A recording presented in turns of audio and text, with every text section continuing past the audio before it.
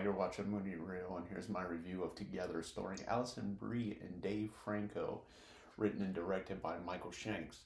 This makes his directorial debut, which falls in line with what seems to be a new trend of horror auteurs in the horror film genre.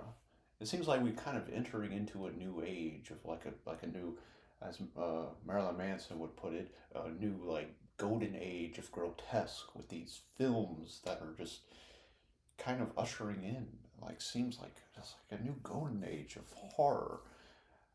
I had just come out of seeing another great horror film that I didn't really take the time to review. Um, and now I've seen this one. It's just been a great year for horror flicks, and it's been that kind of way for the past couple years, really. But anyway, um, so what is the movie about? Was it good? Yeah, it was good. I mean, I think you could probably tell just by my intro that I enjoyed the film. You have Millie, the character Millie, who is played by Alison Brie. And then you have Tim, he's played by Dave Franco. I'm not really familiar with these actors, but they both did a fine job. I thought, you know, uh, uh, being this is a directorial debut, maybe this was a actorial debut for these actors. I'm not sure. All I can say is I don't really recognize them in other films. The film kind of feels indie, right? It kind of feels like an underground type film, maybe low budget, but they go a long way with that low budget. They do a lot of practical effects, which I mean works to the film's benefit because being this is like a body horror body horror type genre, right? A film within this subgenre of film, you want that um, you want some practical effects because with the practical effects, you kind of get that feeling of meat being on the bones. You get this like feeling of like there's real substance there. No pun intended. Actually, this film really reminds me of The Substance. That was another body horror classic from last year. Instant classic. I mean, it was just really good. That was another really good body horror film. This movie takes inspiration, I think, from plenty of other body horrors, like The Fly, for instance, and it's just really good.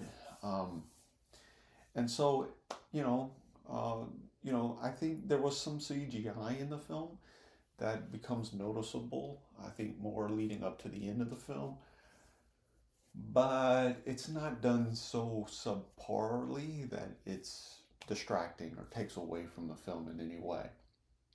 If you've seen The Substance, you'll notice similarities to Substance. Um, you've seen The Fly, some similarities to that, especially like with the relational kind of aspects to the film.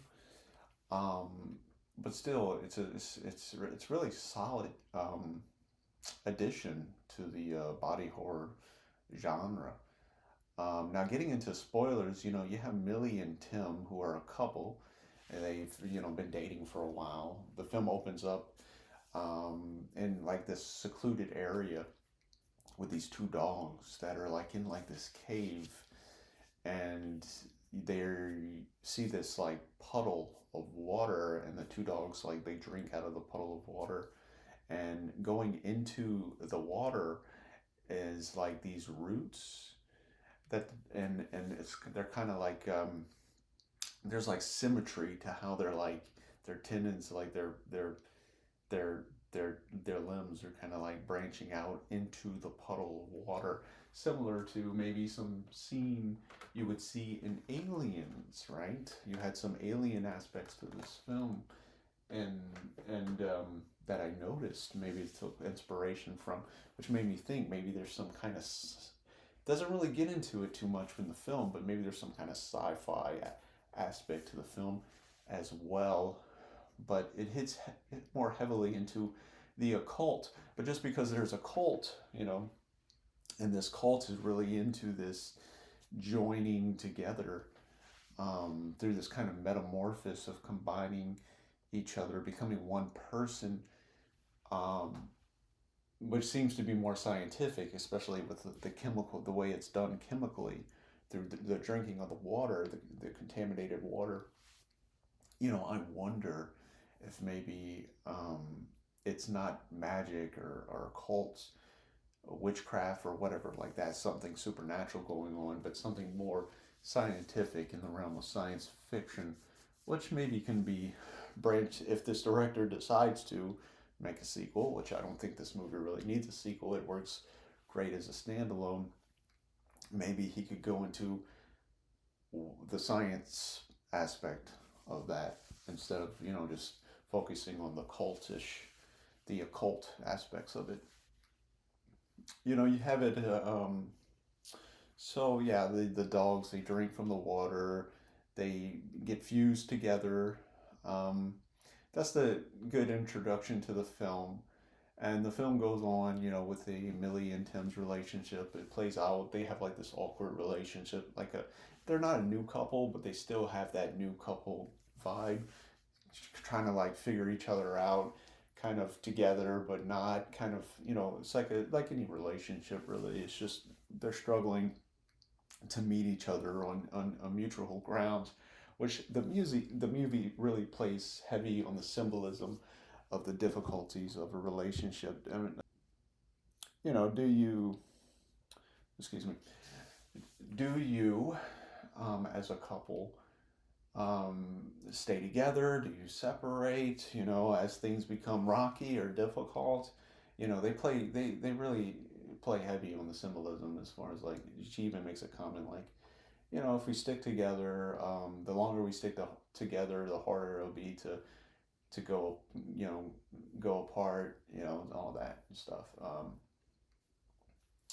You know, uh, they have an intimate moment in the bathroom where they're actually having sex and they get stuck. It's kind of a very uncomfortable moment that adds to the tension and the horror aspect of the film.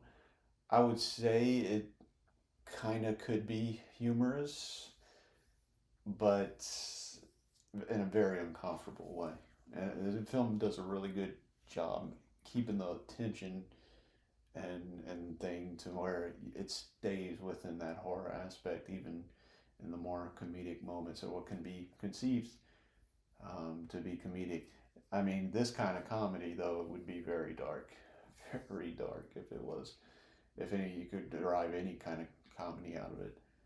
Um, and in the end, the couple was faced with this very difficult choice of, in order for them to disconnect, because this force, this magnetic pull that keeps pulling them together, that really wants to conjoin them as one being, um, is kind of unstoppable. And what do you do when an unmovable force meets, an unstoppable object, right? It's There's only not one option at that point, and that's for one of them to die. And so, but in the end, they decide they want to stay together, even if it means conjoining into one. And that's where the film gets really weird and ends with the scene of them actually becoming one person.